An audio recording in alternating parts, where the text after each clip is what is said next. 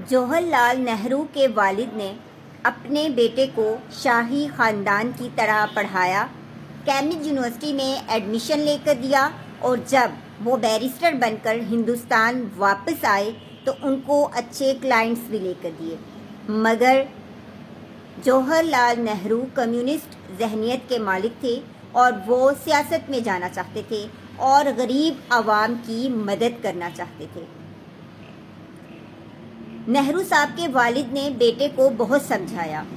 جب دال نہ گلی تو ایک دن انہوں نے ان کے کمرے سے تمام شاہی چیزیں اٹھا لیں اور وہاں کھدر کے 2 کرتے اور دیسی ہاتھ سے بنی ہوئی جوتی رکھ دی، اور خانسامے کو یہ حکم دیا کہ آج سے صاحبزادے کو جیل کا کھانا دیا جائے۔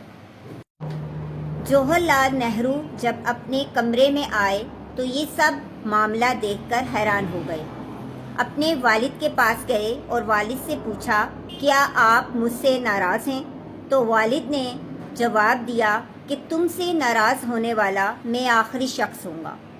تو جواہر لال نہرو نے سوال کیا کہ والد محترم، میرے کمرے کا یہ حال کیوں کر دیا گیا؟ میری الماری میں صرف 1-2 کھدر کے کرتے، ہاتھ سے بنی دیسی جوتی اور فرش پر ایک قالین ہے جو کہ کھردری ہے۔ جواہر لال نہرو کے والد نے ان کی طرف دیکھا اور یہ کہا کہ جس راستے کا انتخاب تم نے کیا ہے اس میں خواری کے سوا کچھ نہیں، اور جب تم غریب عوام کی بات کرتے ہو تو میں نہیں چاہتا کہ لوگ تم سے متنفر ہو جائیں، بلکہ میں یہ چاہتا ہوں کہ تم غریب عوام کی جب بات کرو تو انہی جیسا پہنو، انہی جیسا کھاؤ، اور جیسے وہ جس حال میں رہتے ہیں اسی حال میں رہنا سیکھو۔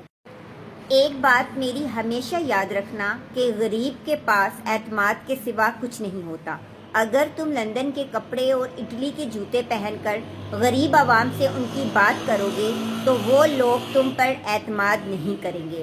جواہر لال نہرو نے اپنے یہ جو بات سنی تو انہیں بہت فخر محسوس ہوا، اور اس کے بعد انہوں نے سیاست بھی کی، مگر کھدر کے جو کپڑے ہیں وہ پہنتے رہے اور ہاتھ سے بنی دیسی جوتی استعمال کرتے رہے۔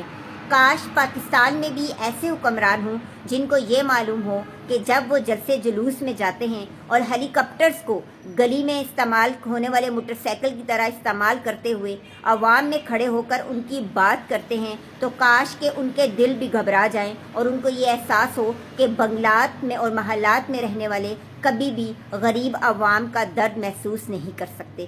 ہم پر وہی لوگ حکمرانی کرتے آئے ہیں جو کہ ہمارے ہی ٹیکسوں سے عیاشیاں کرتے ہیں اور بڑی بڑی گاڑیوں میں گھومتے ہیں، اور جب ان کو یہ خطرہ ہوتا ہے کہ اب ہم سے حساب مانگا جائے گا تو وہ لندن بھاگ جاتے ہیں۔ اللہ تعالی ہمارے ملک کا حامی و ناصر ہو۔ جزاک اللہ خیر۔